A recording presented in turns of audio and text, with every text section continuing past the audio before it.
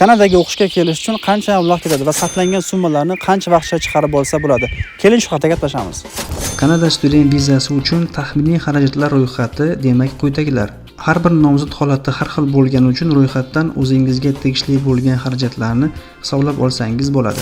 Barchaga Kanadadan salom. Ismim Alimardon va hozirgi kunda bu davlatda oilam bilan birga yashab kelmoqdaman va litsenziyaga ega immigratsiya advokatga assistent bo'lib ishlayman. Barchaga tushunarli bo'lishi uchun summalarni AQSh dollarida ko'rsatib beraman. Vizaga topshirguncha ketadigan xarajatlar quyidagilar. O'qishga kirish uchun berilgan arizani ko'rib chiqishga to'lanadigan summa hamma o'qishda har xil bo'ladi va bu tanlangan programma va universitet yoki kollejga bog'liq. Eng kamida $100 va eng uzog'i bilan 100 yillik AQSh dollariga teng. Ba'zi o'qishlar ariza berish uchun pul olmaydi, chunki pulni kontrakt summasining ichidan oladi. O'qish sizni qabul qilishga qaror qilgan bo'lsa, sizga o'z taklifini yuboradi va undan siz depozit summasini, ya'ni kamida bir semestr uchun kontrakt to'lovini to'lashingiz zarur. Bu summalar o'qish reytingi va tanlangan programmaga qarab farq qiladi. Eng kamida 3000 AQSh dollari va o'rtacha 6000 AQSh dollari atrofida. Elchixonaga to'lanadigan vizaga berilgan arizani ko'rib chiqish va biometrika topshirish uchun davlat boji mavjud. Bu summa dollar kursiga qarab 175-180 AQSh dollaridan iborat.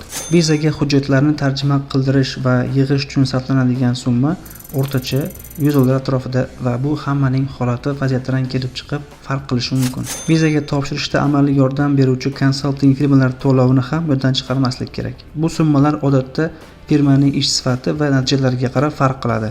Viza chiqishi deyarli aniq bo'lishi arafasida qilinadigan summalar quyidagilar. Tibbiy ko'rikdan o'tish narxi boyaga yetgan har bir inson uchun 230 AQSh dollari atrofida. Farzandlar uchun esa yoshiga qarab 100-150 AQSh dollari atrofida. Viza chiqqandan keyin qilinadigan xarajatlar qaysilar? Pasportni viza urib berishlari uchun elchixonaga pochta orqali yuborish va olib keltirish xarajatlari, Kanadagacha yetib olish uchun aviachipta xarid qilish, bir oylik yashash va uy-joy ijara haqini oldindan o'z bilan tayyorlab kelish tavsiya etiladi. Xo'sh, nima deb o'ylaysiz? Agarda sarflangan bu summalar kelajakda Kanada pasportigacha yetib olish imkonini bersa, shunga arziydimi yoki yo'qmi? Fikrlaringizni kommentariyada qoldiring.